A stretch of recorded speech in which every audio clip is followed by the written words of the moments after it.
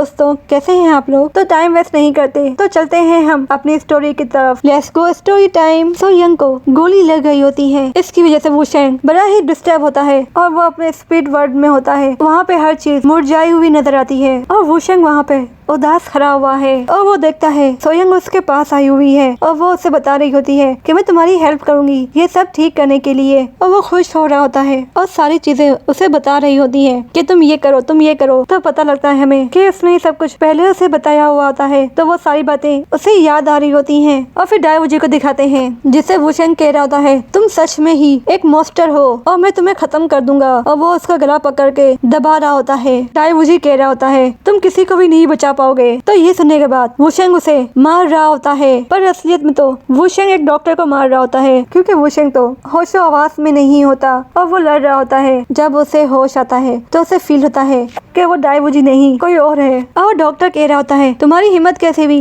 एक डॉक्टर पे हाथ उठाने की, मास्टर लू को बोलना मैं अब यहाँ पे नहीं आऊंगा। जब वुशेंग मास्टर लू का नाम सुनता है तो वो उसके पास जाने के लिए भाग रहा होता है। तो उस वजह से जोर का धक्का लगता है और वो गिर जाता है। और डॉक्टर कहता है तुमने जो किया है इसके लिए तुम्हें पे करना होगा 30,000 सिल्वर कॉइन्स। टैंक कॉय को दिखाते हैं वो अभी भी बेहोश होती है, उसे अभी भी होश नहीं आया हुआ था और मास्टर लू उसके पास बैठे हुए होते हैं और वो आवाज सुन रहे होते हैं। वुशेंग अंदर आने की कोशिश कर रहा है और गार्ड उसे रोक रहे हैं। तो मास्टर लू बाहर आते हैं तो वुशेंग उसके पास आता है और पूछता है सोयंग कहाँ है। तो मास्टर लू कहते हैं आराम से टेंशन नहीं लो। तो मास्टर लू वुशेंग को शांत करवाते हैं। तो मास्टर लू कहते हैं यहाँ पर वो बंदा नहीं रह सकता जिसने किसी को मारा हो। तुम अभी भी वुयू सिटी के अंदर हो तो इसका मतलब है सोयंग अभी जिंदा है, उसे अभी कुछ भी नहीं हुआ है। तो वुशेंग कहता है वो कहाँ पर है, मैं उसे देखना चाहता हूँ। तो मास्टर लू कहते हैं सोयंग जख्मी थी तो उसकी फैमिली के लोगों ने अच्छे से अच्छे डॉक्टर को उसे दिखाया है और डॉक्टर ने उसका इलाज कर दिया था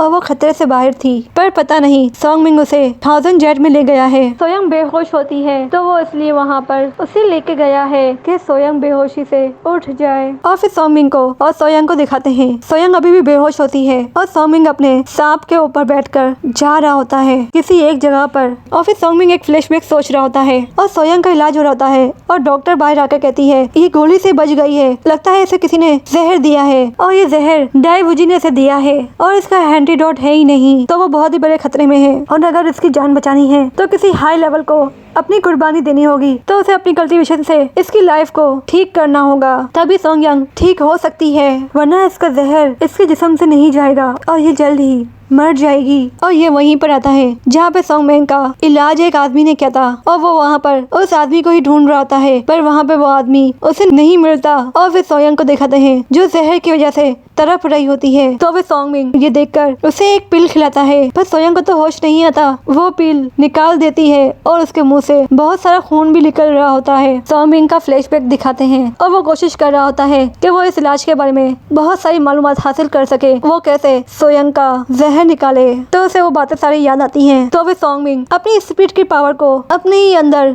खींच रहा होता है। सोंगमिंग की स्पीड पावर वीक हो जाती है, इसकी वजह से उसका व्हाइट स्नेक बेहोश हो जाता है और फिर उसके अंदर स्पीड पावर होती है। और फिर सोंगमिंग सीने में अपनी उंगलियां घुसेरता है और वहाँ से खून निकलता है। और फिर सोंगमिंग सोयंग के ऊपर अपना मैजिक करता है और उसे रिकवर करने की पूरी कोशिश कर रहा होता है और सोंगमिंग के सारे बाल व्हाइट हो रहे होते हैं और वो अपनी सारी पावर सोंगमिंग के अंदर डाल देता है और फिर सोंगमिंग नीचे गिर जाता है और वो बहुत ही जख्मी होता है। फिर वो सोंगमिंग के पास आता है, वो देखता है काफी हद तक उसने जहर निकाल दिया होता है और फिर वहाँ पे सोंगमिंग बेहोश होकर गिर जाता है। और फिर वुशेंग को दिखाते हैं और वो एक मेडिसिन के इंग्रेडिएंट को ढूंढ रहा होता है जो सोंग फैमिली के डॉक्टर ने उसे बताया होता है। अगर सोंगयांग को बचाना है तो ड्रग स्टोर चाहिए होंगे, पर इसे ढूंढना ही नामुमकिन है। जब वुशेंग सिटी के अंदर जा रहा होता है उसकी नजर वी पे पड़ती है और वो सोचता है मैंने वी को कहा था कि वो मास्टर लू के घर में छुप कर रहे, तो ये यहाँ पे क्या कर रही है, ये अकेले कहाँ जा रही है। तो वुशेंग भी उसके पास जा रहा होता है और वो देख रहा होता है कि वो सिटी से बाहर जा रही है। तो वुशेंग को ये ये ठीक नहीं लगता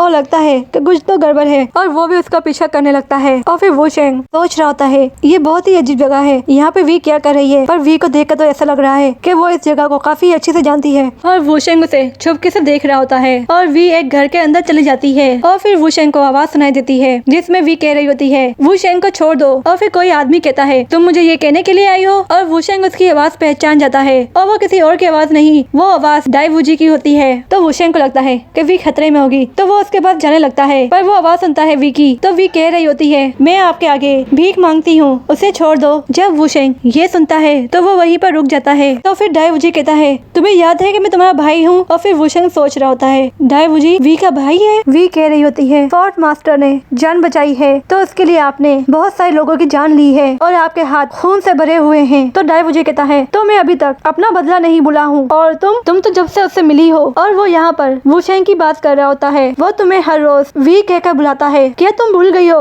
तुम्हारी फैमिली कौन है और तुम किस फैमिली से ताल्लुक रखती हो। और वो कभी न कभी तुम्हारा सरनेम मालूम कर ही लेगा। क्या फिर वो तुम्हारी फिक्र करेगा। और फिर वो शेंग को फ्लैशबैक में याद आता है गायू ने कहा था बहुत सारे लोग इस सिटी के अंदर अपनी रियल आइडेंटिटी को नहीं जाहिर करते और यहाँ पे कोई भी किसी को भी नहीं जानता तो वो अपना नाम अलग रजिस्टर करवाता है जिससे किसी का भी पास किसी को पता न लगे। और फिर वो फिर से न्यू स्टार्ट करे। उसने अपना नकली नाम लिखवाया था तो उसे ये सब याद आ रहा होता है। और जब वी ने कहा कि मेरे हाथ खून से भरे हुए हैं और उसे याद आ रहा होता है जब वो शेंग ने उसे कहा सिटी लॉर्ड को बोलकर मैं तुम्हारे लिए भी 2 गार्ड का अरेंज करूंगा। वी ने उसे साफ मना कर दिया था कि उसे जरूरत नहीं है। और उसे एक और बात याद आती है कि जब वी और सोयंग बंधे हुए थे तो सोयंग का हाथ बंधा हुआ था पर वी का हाथ नहीं बंधा हुआ था और वो जाकर पानी में गिरी थी। तो वो कहता है मैंने इतनी बड़ी बात कैसे इग्नोर कर दी। और वी अपने भाई से रिक्वेस्ट कर ही रही होती है पर उसका भाई कहता है तुम वापिस आ जाओ और इसके बारे में बातें करना बंद करो। और फिर वी रूम से बाहर आती है और फिर वो शेंग को देखती है और यहाँ पर सीन चेंज होकर सोमिंग के पास आता है जो कह रहा होता है सोयंग से मुझे अभी भी याद है जब हम एक साथ प्रैक्टिस किया करते थे और एक साथ बहुत ही मजे करते थे जब हम छोटे थे तो और हम दोनों एक साथ ही बड़े हुए हैं। और फिर फ्लैशबैक में दिखाते हैं और फिर मैं तुम्हारा वेट कर रहा था कब तुम आओ और मुझसे बात करो पर फिर तुम्हारी आंखें मुझे नहीं वो शेंग को ही ढूंढ रही थी और तुम उसके साथ हंस रही होती। और इस बात से मुझे बहुत ही गुस्सा आ रहा था और मुझे नफरत हो गई थी। और तुम्हारे टेस्ट वाले दिन स्नेक ने तुम पर हमला किया था तो उस वक्त मैं बहुत ही पागल हो गया था। उस वक्त मैंने जाना था मेरी खुशी तुम्हारे साथ है, मेरी यादें मेरी खुशियाँ सिर्फ और सिर्फ तुम्हारे साथ है, नहीं तो कुछ भी नहीं। और अब मुझे समझ में आ गया है और अब मैं फाइनली समझ गया हूँ अगर तुम्हें कुछ हुआ तो मैं भी जिंदा नहीं रह पाऊंगा। अगर आप लोग मेरे चैनल पर नए हैं लाइक और सब्सक्राइब करना मत भूलेगा और साथ ही बेल आइकन को भी प्रेस करना। जब तक के लिए बाय बाय।